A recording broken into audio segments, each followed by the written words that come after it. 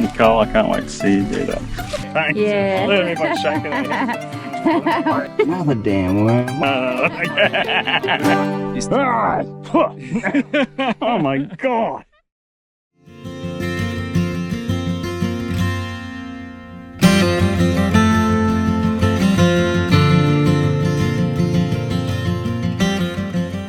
How good is this arbor? Loving it. As I said in a previous episode, Michelle and I did a syntropic gardening course. It was about, I don't know, 18 months ago now, maybe 2 years. We learned enough to know that we want to adopt that approach for our food forests. But we didn't know enough to become experts, I guess. So we were able to get started, but along the way, we needed to know more. So that workshop was with Scott Hall. If you want to know more about Syntropics and you live on East Coast of Australia, look him up. He does workshops up and down the coast. So we found a guy who lives very local to us, only a few minutes away. His name's Rob. We call him Syntropic Rob. And he's also worked with Scott. He's done some workshops with him, so he speaks highly of Scott. So we're going to get him out to just give us some of the finer details that we need to know as we grow this food forest. Drop here, and there'll be a big gap there. And, yeah. So what's these ones? During the course of the day, you'll hear Rob mention stratas. Stratas are simply layers within a forest. You might hear him say words like emergent or high or medium or low. They're the 4 layers or stratas of a forest. So a low strata may only need 20% of light or 15 minutes of sunshine in the morning to survive, where the emergent ones are the tallest of all the trees. They're going to go out and they need like 80% light. So different layers and different amount of light requirements.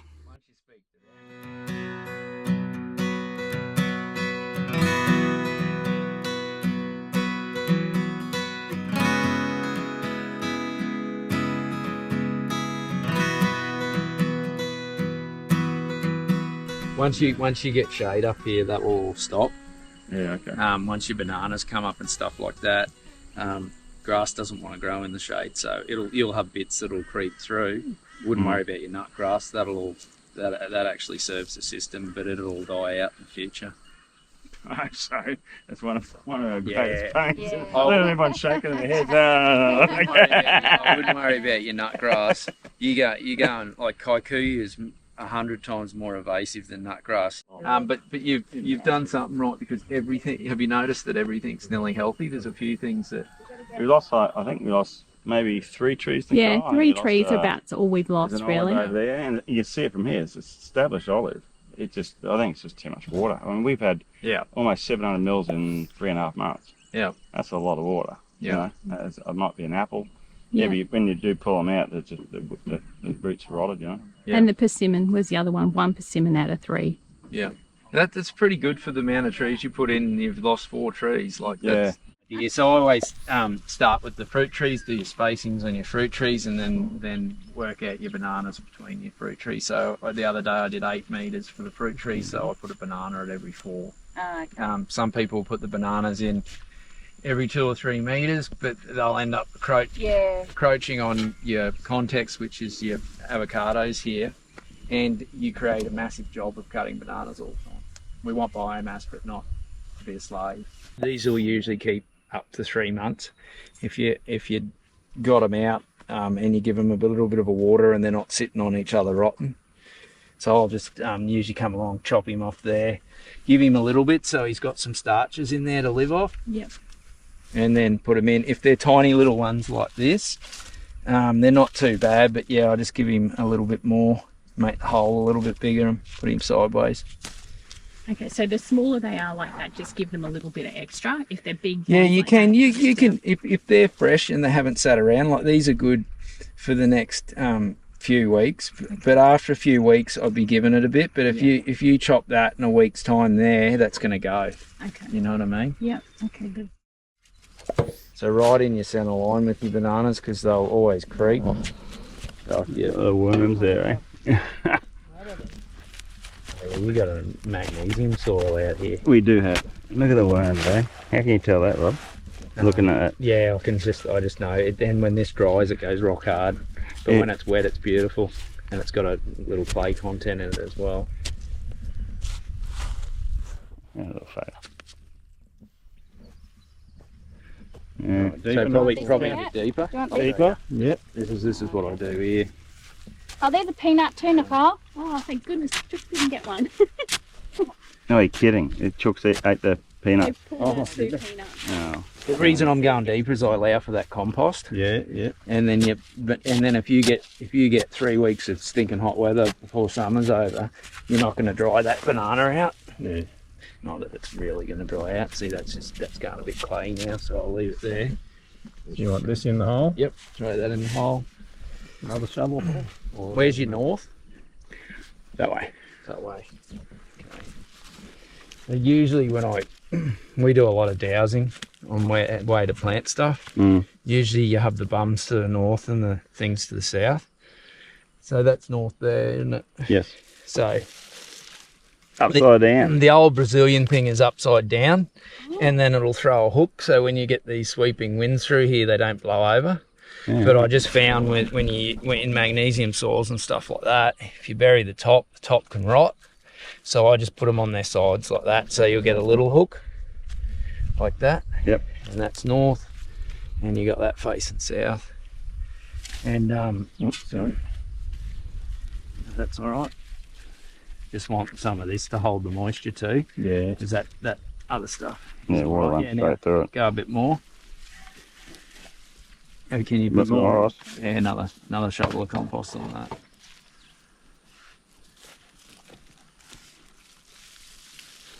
Is this the Morpheus? Yes. Yeah, another bit. Yeah, I go pretty heavy on these because then you'll get the bananas up. You don't want too much of this on top because you want. It didn't go hard. Oh, because it can form a thing and then there's too much moisture and it will rot. Yeah. Yep. That's all. Let's look at all the worms. Yeah. Little buckets. Where's the chickens? And then always stake them and mark them. Yeah. So you know where they are, because once you start planting multiple stuff out, you'll come back and plant on top of them. So it's going to do the same thing, holds lots of water. And in this weather, every 6 weeks to 7 weeks, you're going to be cutting and dropping it. But also great protector. Put it both sides of the fruit trees when they're starting. It will always protect the fruit trees from wind and the ukes, stuff like that. But I like to keep it near the fruit trees because this fruit tree is going to end up blowing out. Nothing's really going to want to grow under it except for probably comfrey on the edge and low strata stuff. If I put this over near my banana, the banana's going to edge out, and then I'm trying to dig pups out. I'm digging that on, but you can plant them near bananas. They go well in the middle of bananas too. What did you say about the witchetty grubs the other day? They eat the roots of your plants. Yeah. There's 4 in this hole, just sitting What there. do you think, Rob? Depends what witchetty. There's witchetty Yeah. grubs, and then there's these other things that I can't remember Yeah. the name of. It is a good sign. Oh, I would have thought so. They'll only eat a plant's roots if the plant's putting out a bad frequency that's full of sickness and disease. throw it in the shop. Throw it in. Yeah, I think so. I find most of the time we see them, it's in the clay. Yep. So that's actually That's a twin one. that's 2, so you can break that off. There's one plant. There's another plant. And is that enough soil over what you put? Or? Yeah. Yep. I I just just said about an inch or something. yeah. This is pretty hardy, so Yeah. you'll want to punch up through. Yeah, you can bury them with that much soil. And a bit of mulch again over that. Yeah. Mulch it. They'll all push up through. They'll push up through mulch that thick. Yeah. Yeah.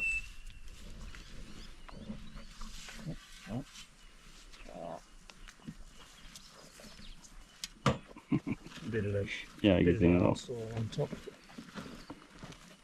And all the worms, there's plenty of worms. Yeah, there's plenty. Look at that grub, what's that grub? That's like a little beetle. Look, 1, 2, 3 grubs. and that's in the second hole. Another damn worm. What's with this soil? No, that looks like a peanut. Yeah, Yeah. peanut. Yeah. Yeah. Okay, so we've got to be careful not to kill that one then. Yeah. Plant the yeah. end of it. Or it doesn't matter. It's not the end of the world, is it? We'll get more. Peanuts and comfrey under fruit trees. peanuts will provide the nitrogen. Yeah. Nut, Being a legume. yep, will provide the nitrogen in its growth phase when it comes into once it's fruited, and then your comfrey will bring up all the mineral from the plant.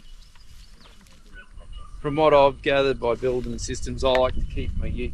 A lot of people put a eucameter from a fruit tree, and that's fine because it'll get up, but it slows the tree down. I try to get the uke 2 meters out, so that tree gets that burst in the first year.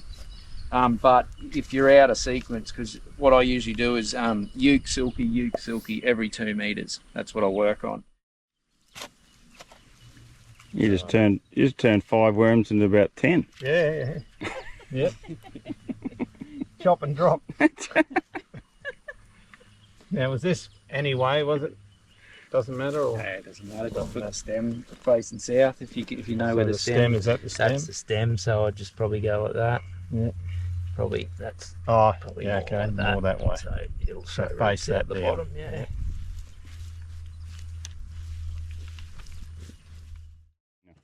And the reason the coffee's good there is because your banana's going to come up. It's an emergent. That's an emergent. So you're just going to have stems, and it's going to create that dapple shade for the coffee.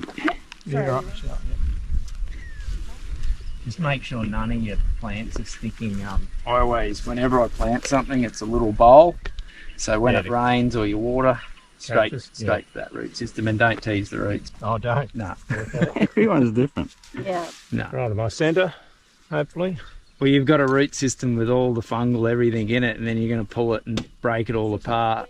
You know what I mean? Disturbing it, yeah. Yeah. That's going to be rough, sorry, eucalyptus. Red papaya. Yep. Lady. Yeah, want to keep him away from the ladyfinger a little bit because they're both emergents. Even though the pawpaw will grow there, but if you want to get fruit, Get that big one. there, like this. I won't pull them out until you've got them. Straight up. It's not going to compete with anything there. It's going to get the sunlight on the end.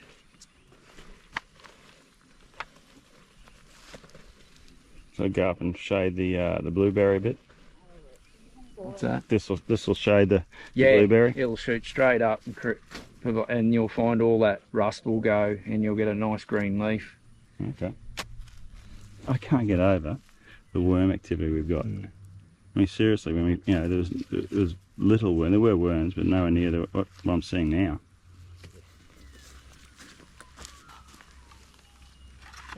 That's it. So we don't have to put a label on these red papaya. No, you'll know what they are. You know what they are. All right, so these are the These are the cassava. cassavas. So you always tell a cassava, you'll see the knobs on the cassava and you'll think that they're the branches, but they're not. That's where the leaves were. Okay. Yeah, to tell the right way around, get a bigger one so you can see it. Well, that way up. So you can turn it like this, and you think because these things are facing up that's the way it goes, but it's not. Oh, seriously. That's what Oh I no, thought. This branch like actually this. you were right. Okay. There's a little nodule above that's a leaf stem. Yes. There's a leaf coming off. There's a little nodule for a stem above them. So you always got to look for them and make sure they're facing up. Don't get deceived by these because sometimes these face down and you'll look at the leaf and you'll think, oh yeah, it goes that way. Yeah. So with here, I love to put cassava on the end of the beds and you've got the space here, you've still got your drive space. So what I'll do with cassava, I'll maximise it. Usually it'll go up the centre row as well, but the ends. I've got that rooting powder. Is that what you want for that one? Like, would you stick that in that powder? No? That's all out behind those. Oh, yeah, okay. What's that? The rooting powder. stuff for the, that- Oh yeah, that's. You don't want that for that? Yeah, I'll just put that in. That's nice. That's in the ground then. As soon as this rains, that will shoot. As soon as we get a bit of rain today. So I'll just keep him a little bit away from the uke so the uke can do his thing.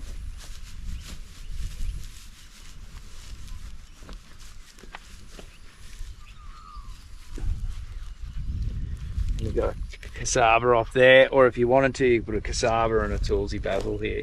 You just you want to let your uke get up a bit. That's why I tend to like to put the cassava there, because the cassava will take a bit to go. It'll be a long stem by then. The uke will be up there and they won't interfere with each other. So that's the comfrey root, and I'll get 3.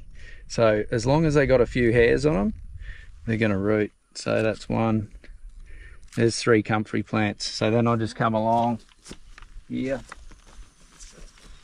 Okay, where's the edge of your bed going to be there? Yep. Yeah. Oh, out a little bit. Out a little bit? Yeah, about out there. Where's that soil? Yep. Look at that. Good soil. This doesn't matter, it'll come up in the clay anyway. So I'm just putting a bit of clay around it to keep that moist. And as long as they don't dry out, they'll be right. So, and what you do is get a drill with an auger on it. Boom, boom, boom, boom, all the way up. You'll do it really fast. Then you have someone walking behind you throwing the root in, and then another person putting the compost in, and you'll do them really fast. If you do one, if you're doing the whole 3 process yourself, you'll be all day on a row. Yeah. So, and then you can put the heavily. You can put that on like that, even like that. Yeah, just push up through it. Yeah. Plus, it's a bee attractant. Flowers all year, grows winter and summer. Toolsy basil, holy basil. I love this stuff because it pushes out. So it's a really good medium strata. I use it as a medium strata, even though it probably acts as a high in its environment. But I use it as a medium strata to fill the gaps in and keep the bed covered. So you come along with these. These can be a little bit, they can grow pretty fast and grow out. Love being trimmed. You can be aggressive with them. Do they, by chance, help keep pests away as well? They're Probably, highly scented. yeah, because they do have a Citronella? yeah, they got a slight citronella smell. I don't know if they do have a citronella into them, Right. but I notice bugs don't like taking them out Yeah, okay. unless they're in a really poor environment. Then they'll come and take them out. But I've Right. very rarely seen any really sick.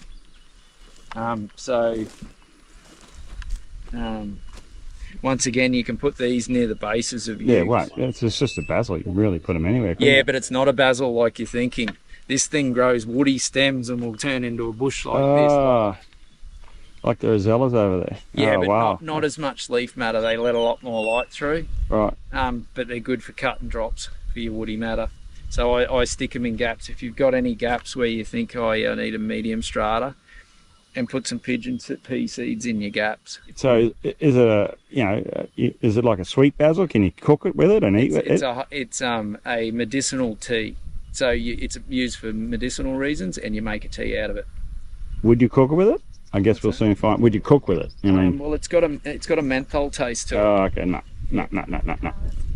Yeah. Here, you have a leaf. You break a leaf off. Yeah, I did read it's You can put- mouthwash, like a mouthwash, an antiseptic mouthwash. But no one, it's all used for medicines and tea, but makes a really nice tea. You get this. Ah! Oh my god! You get It was good. The first few chews actually quite pleasant, yeah. and then it sort of creeps up on you. But as a tea by itself, it's beautiful. Then you get this, and you mix it with lemon myrtle and stuff like that, and you get these. Yeah, I can really actually. That tasty- would be. I can taste that as a tea. I reckon that would be good. Seriously, we could try that. The other greeny stuff you give me, Michelle, I reckon this would be just as good, if not better. Yeah. And so they're mainly for your centre. No, not Yeah, all for your centre, but centre. they're your flowers. You've got to start getting flowers in here for Yeah. the bees. So this is an all year guaranteed flower cut and drop all rounder to bring your bees in.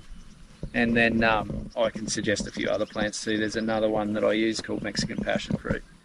Throws a yellow flower, really attractive. It makes your rose look really good. And you can bung them under your fruit trees to start with, and then they'll creep out too. They'll go where the light is. Here that struggled in the wind, I probably wouldn't cut this because it's protecting it. But as we see here, we want a bit more light into this banana at the moment, so it can shoot up. So what I usually work on is cutting up to where nothing, only in the dark patch. I wouldn't cut up there, but so if it was only dark to there, I wouldn't cut it. Anywhere it's green, I don't sort of cut it. That's how I sort of The work woody on it. section. So all I'm doing is cutting close to the stem, and I'm just opening it up. The one on the far side, the big one? I can, but that's putting a lot of energy into the growth at the moment because of the photosynthesis it's getting. So I want this to shoot up and keep growing at the rate it is. So there's no need to cut it off. It's not shading anything. I just did that. It's opened up the bottom a bit to let the air in, let it breathe, and also for these weedy bits and grasses to come up underneath them so they can be cut and dropped. Perfect. All right. And then just put it on the bed. You can take tiles up with this, you can smash concrete with it, everything. The dude spent 10 years designing the head because he had it square and it wouldn't come out and everything. Yeah. This will get stuck, you just go like that and it walks itself out. Is that heavy? Is it like it is heavy, but you're not lifting it like that. So this is doing okay. Oh, look at that. So, and it's got a sound deadener in it too, so you don't get the pinging in your ears. Yeah, it's and what's this $80 tool going to cost me? This is $380. I'd get 2 of them. Really? Only because we do go in an economic downturn and steel's hard to get. They're going to be like $700-800. And the thing is, when you go to manage this in the future, you got 2 people on one of these. You'll go up a row together and do it really fast. I bought 2 and I use them all the time. Yeah. All right. And because you will expand here, this will get pumping. And then you'll go, right, let's do some cattle rows, because everyone's starting to throw rows in their cattle now for shade, for medication for the cattle, all this sort of stuff. You don't go to as much work as these. Yeah. So to take a pup out, so what you want to do with bananas is you got the grandmother, mother, daughter. So you want 3. I usually like them a little bit, like these are 2 the same size. They're twin daughters. This is going to be ages before it fruits. So I'd probably cut that one out and use my 3 and the suckers. Like I'd probably let one of those others come out. I'd probably chisel them, and then by the time another sucker comes, you've got a uniform between them. Okay, so we got 1, 2, 3, 4, 5 suckers and the twins. Yeah. So you reckon take the big one out now? As in yeah, chop and drop it, or try and replant? What the big one's doing is stopping this from stretching up and doing the job that it wants, and you want it high. And they're both sitting at this low level, and usually the reciprocal saws are a lot easier than machetes. So what I do here, I'm not gonna chip that out because it's going to affect that other one too much. They're only new bananas. So when you pull a banana out, when you chop a banana out, when you're doing your rows, before you even chop it out, work from the top down. So say that banana hadn't been chopped, I'd cut all the leaves off. This is how you do fast, really fast maintenance on your row. And then, and why this is still in the ground, I've done this. Usually a bit better cut than that. Nicole, I can't wait to see you do that.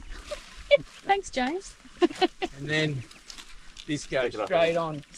Look at the water pouring out of it. That goes straight on centre row. And put that there, so straight on centre row. So you cut them like that in half, then you cut them off the bottom, and then you're laying them down like that, lay them all out, then you just... What's my sprinkle on? It's alright.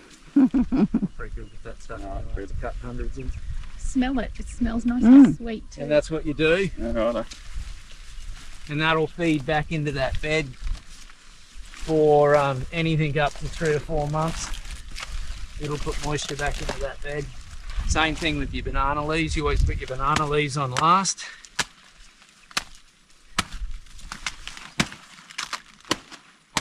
And do that to them. Because your banana leaves will, when you're putting all that biomass on and you put the banana leaves over it, all the nitrogen will go in, but if you've got all that fresh biomass exposed to sun, it'll lose some of its nitrogen. So if you've got the banana leaves, I put them on last, and that way all the nitrogen goes into your ground. And to stop this reshooting, I bowl it out, make it fill up with water. See how that cracks? I've just got to put that weight on. You can't do that with a shovel because you usually bend your shovels.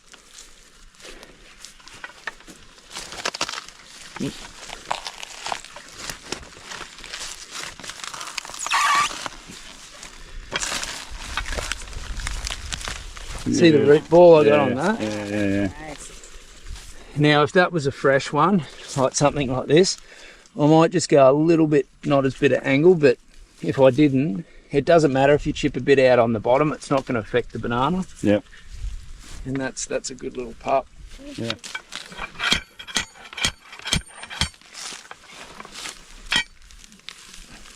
Beautiful. So, yeah, Beautiful. and it makes actually a better cut than the shovel. These. Definitely. So it's just one cut rather than Yeah. back and forth. So what you're telling me is the we start out right because we started with the forest mulch, Yeah, yeah. the bark. With the wood chip, you've added your fungal straight to your element, which has assisted your fruit trees. So instead of relying on your high magnesium soil, which is very clayey, you've actually put a layer on there that will bring the microbes and the fungal in. So you've kick-started your system a lot quicker than what And you're it saying you usually don't would. normally see that when people start out with Syntropics. No, because people will skimp on the compost and putting the little bits and pieces that will kickstart your system and speed that process up. So they'll put all these trees in and expect them just to grow rapidly, and they don't. Where you've put time into your beds, you put your wood mulch on, you put your normal mulch on, you put the good compost under the fruit trees. Yeah, the biodynamic stuff. Yeah, all the biodynamic compost. And you can really see the growth rate. Like, this is a really, really, really amazing setup for the growth rate for 6 months old for what you've done here. Great. Thank you. We're proud of it. Thanks, Rob. Great feedback.